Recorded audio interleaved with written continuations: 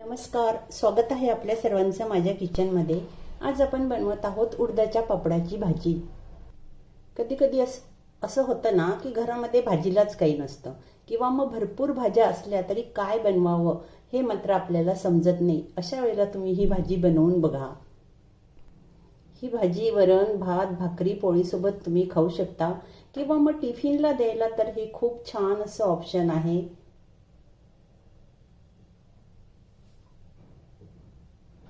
एकदा तुम्ही ही भाजी नक्की ट्राय करून बघा, तुम्हाला खूप आवडेल, मला खात्री आहे। आणि रेसिपी आवडल्यास व्हिडिओला लाईक आणि चॅनलला जर सबस्क्राइब केलं नसेल तर सबस्क्राइब करा। बघूया हे बनवायसाठी मी काय काय साहित्य घेतलं ते। हे घेतले आहेत मी 5 उडदाचे पापड आणि हे पापड मी भाजून घेतले गॅसवर। याचे आता तुकडे करायचे, पण तुकडे असे खूप मोठे मोठे नाही करायचे आणि खूप छोटे पण नाही करायचे, मीडियम साइजचे।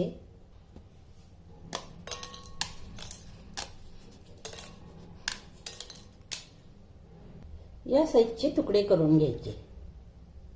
हे घेतले आहेत मी 2 टेबलस्पून भाजलेले शेंगदाणे, त्याची साल काढून घेतली, ते टाकायचे आपल्याला मिक्सर मध्ये। 8-9 लसणच्या पाकळ्या आणि थोडंसं अद्रक हे पण टाकायचं मिक्सर मध्ये। 2 हिरव्या मिरच्या, हे तुम्ही खलबत्त्यात पण कुटून घेऊ शकता जाडसर, किंवा मग मिक्सरला पल्स मोडला फिरवून घ्या, खूप बारीक अशी पावडर करू नका।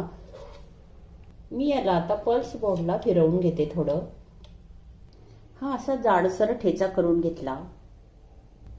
कढई तापायला ठेवली, त्यात टाकायचं 3 टेबलस्पून तेल। तेल तापल्यानंतर अर्धा टीस्पून मोहरी टाकायची। मोहरी चांगली तडतडल्यानंतर अर्धा टीस्पून जिरे।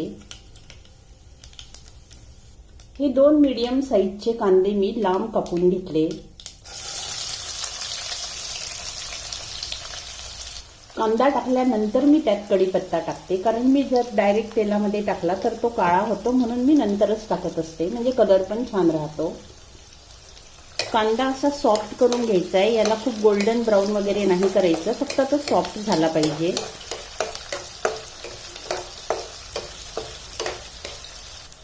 मीडियम गॅसवर यावर थोडं झाकण ठेवून कांदा सॉफ्ट होऊ द्यायचा। झाकण काढून बघते आता, कांदा सॉफ्ट झाला असेल थोडासा। हा थोडा अजून कच्चा आहे, याला थोडंसं होऊ द्यायचं। कांद्यामध्येच टाकते मी अर्धा टीस्पूनला थोडंसं कमी मीठ, किंवा मग चवीनुसार मीठ टाकाल, कारण उडदाचे पापड ऑलरेडी हे खारट असतात, त्याच्यामुळे मीठ तुम्ही व्यवस्थित टाका।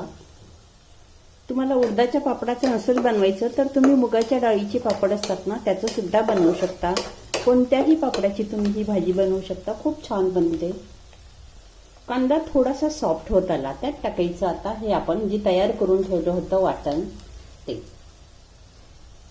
याला पण थोडं परतवून घ्यायचं, म्हणजे लसणाचा जो कच्चेपणा असतो ना तो निघाला पाहिजे। हे 2 टोमॅटो चिरून ठेवलेले, आणि टोमॅटो चिरताना आतल्या बिया सर्व काढून घ्या, शक्यतोवर बिया ठेवू नका, कारण काय होतं त्याच्यामुळे ना पाणी सुटतं आणि मग पापड थोडे सॉफ्ट होतात।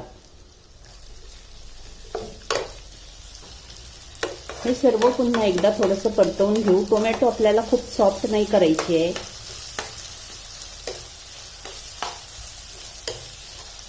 अर्धा छोटा चम्मच हळद, हळद अगदी कमी घालायची।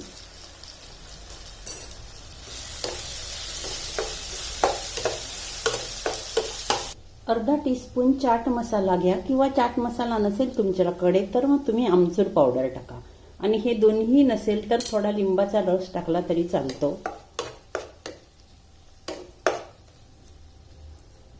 हा मसाला आता झाला, यात टाकायचे आपल्याला आता पापड।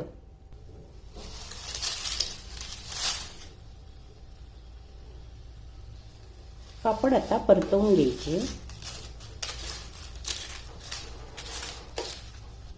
सर्व पापडांना कांदा टोमॅटो लागला पाहिजे।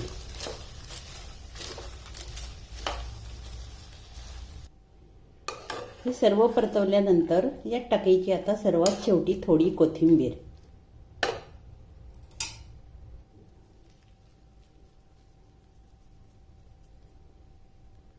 तयार झाली पापडाची चटपटीत अशी भाजी. खूप छान लागते ही भाजी, तुम्ही नक्की बनवून बघा.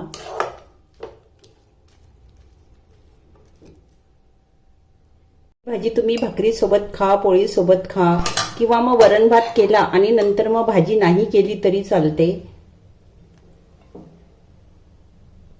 टिफिनला द्यायला सुद्धा हे खूप छान असं ऑप्शन आहे.